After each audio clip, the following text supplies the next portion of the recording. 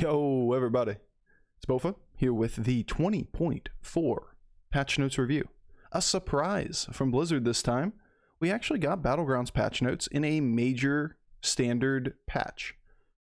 As announced by Blizzard about 2 months ago, we're going to have a patch series in the course of the 20 patch from 20.0, 20.2, 20.4, 20.6, and then the next major patch.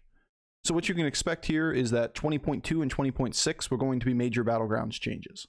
20.4 is the mid set for standard, and this is just going to be a review on Battlegrounds, of course, because, you know, Battlegrounds player.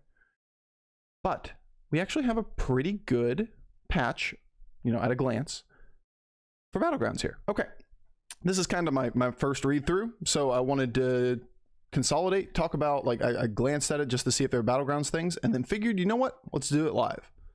That's what I do.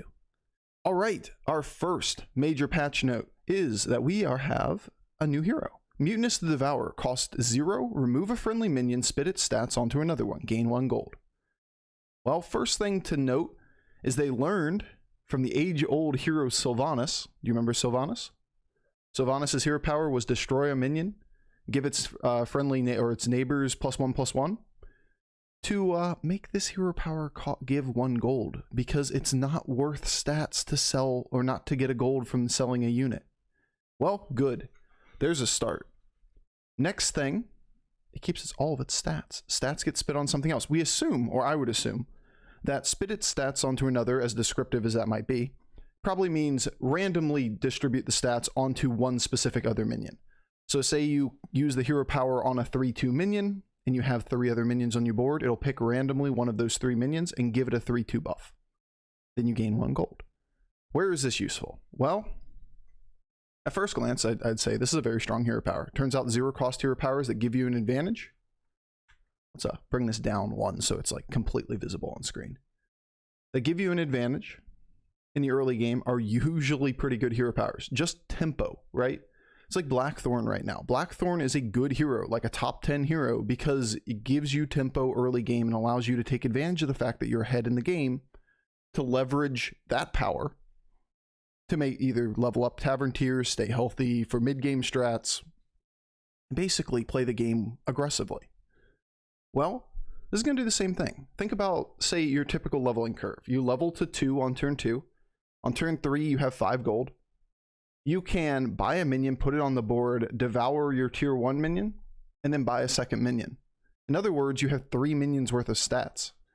Mutinous is going to be heavily incentivized to take the full-size minions on Tavern 1. The 2/3 bodies, the 2/4 bodies, like Homunculus or the Dragon or the Murloc, that are effectively going to be added to your tier 2 board. Now, there are some thoughts on, like, power leveling to 3-on-3 is pretty good in this meta right now, and this is not a hero power for that, so it makes him a little more one-dimensional.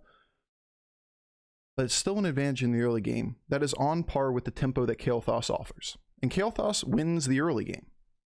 Let's not discount that.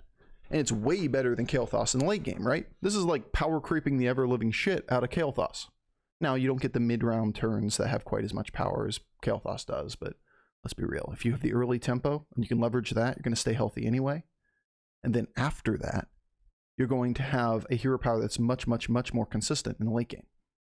So in the late game, you can think of this as, wow, anything that gives a bunch of stats, I can buy and just hero power and throw those stats on the board. I can buff up mid-game units, and if they don't fit my final board, shit, I just consume it and throw it on other things that are on my board. You can pivot mechs late game and use potential scaling options to make big mechs that are Divine Shield. Think about just buying a Battlemaster and consuming it instantly. How about pivoting into, like, double Deflectobot and just consuming stats on all those minions you had in the mid game and then finding resets? Like, this is going to be a very, very, very strong mid-game tempo hero. Does it give you a huge economy advantage? No. Does it help you power level? Not really.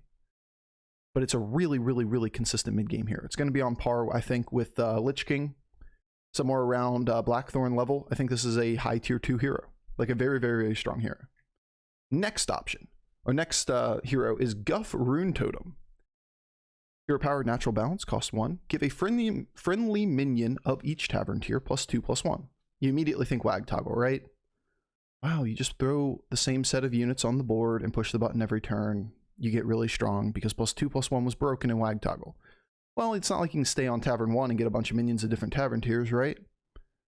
So how do you quickly get a hold of like a tier 1, a tier 2, and a tier 3 unit and then use this as a hero power? I think it's a trap, to be honest. I think this hero power is really, really strong. Don't get me wrong. Probably somewhere in the range of like a low tier 2 hero. Maybe a high tier 3 hero. It's a little situational. But you probably aren't playing like fully into this. You're not putting a 1-star, 2-star, 3-star, 4-star, 5-star, 6-star on your board. You're going to end up with 4-ish different Tavern tiers in most comps. And just use this where you can to take advantage. You also can think about the curve of leveling the 3-on-3, buying 2 minions on turn 4, and buying 2 minions and hero powering on turn 5. If that curve works well, and that's incentivized in this meta, then you could very easily have a 1 gold +6/+3 buff to stabilize that type of curve. Does it seem game-changing, game-breaking, whatever?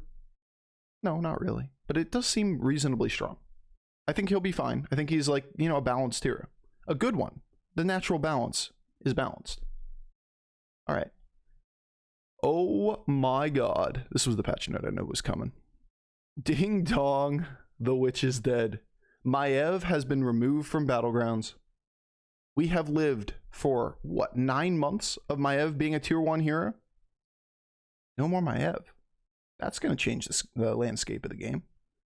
Wow. I can't wait to see this shit. This is, I'm so happy they did this. I love Maiev, don't get me wrong. I love playing that hero. But I wish they would just remove, temporarily limit the hero pools, change up the powerful heroes, buff the weak heroes, just do things to change the scope of the game.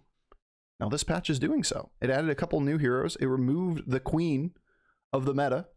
Maiev was arguably the best hero. If not, if you don't list her as your best hero, at least in the top 5 for pretty much any competitive player. Crazy. Removing something like that will definitely shake up the game. Big deal. I mean, I wish there was like an image that showed like Maiev with X's over her eyes or something, just to like give me something to point at, but like this one line is pretty important. All right. New minion, Hex Runner Marauder.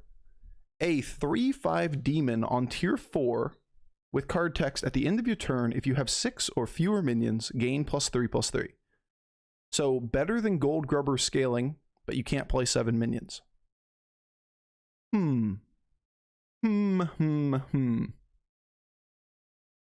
My initial impression is this is a beautiful Reno target.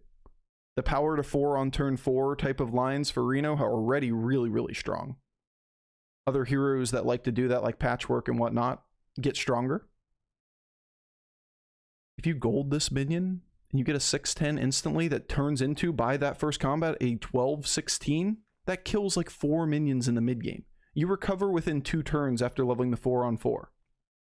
Well, if you create a couple options that do that are all in the game, and you can choose any of the above, that's going to be a big deal for those power level strats. We already have Bonker. Bonker is incredibly good to gold if you level to 4-on-4. You have a few others, like Harbinger works really well to stabilize. Everybody knows the Gold Grubber lines, but Gold Grubber's a little slow. This thing is way faster. Gold Grubber's a 6/6, or sorry, an 8/8 on the turn that you get it. Right? You find a Gold Grubber, you gold it on turn 4 or turn 5. After you level to 4-on-4, you have no gold units on the board. It's a baseline 4/4 stat line that grows at 4/4 a turn. Well, this is a baseline 6/10 stat line that grows at 6/6 a turn. Gold Grubber is already a reasonable thing to do. You just take more damage and then you have a permanent minion. This is actually nuts. This is so good for power leveling. I wonder if we'll be incentivized to power level. Seems interesting. If you get a token start on Reno, this is definitely a line if demons are in the play. Imagine saying those words. If demons are in play, this is important. How many times have we really considered if demons are in play in this meta? Hook Tusk, pretty much. A couple very niche things with like Soul Juggler comps. But usually demons being in or demons being out is not an impactful thing to consider. This unit's going to help. Well, on the typical leveling curve, this thing's not going to be that amazing. But it's a really, really, really, really important tool for power levelers. Interesting. I love it. It's going to make heroes like Blackthorn also better because they try to go to 4 so quickly. I think it's great, actually. I think it's really good. All right, last but not least, minion pool updates. Quillboars are no longer guaranteed to be in Battlegrounds matches. Siegebreaker has been removed from Battlegrounds. Okay, they just added this demon and they, in other words, removed the thing that was taking its place. This is just way better than Siegebreaker, right? Like way, way better in most scenarios. The only place it's not better is like in a token demon type of line. Who buys a Siegebreaker in a token demon line though? Like you take it temporarily and you replace it with something else. So I don't think anybody's going to really miss Siegebreaker. A baseline 5/8 taunt fit a lot of boards when you just like the first turn you leveled to 4. Yeah, it was like an okay thing to buy.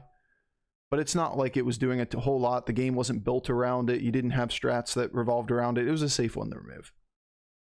Bring back Floating Watcher. I miss Floating Watcher. All right. Captain Hogger's text has been reworded to say whenever instead of after. Cool.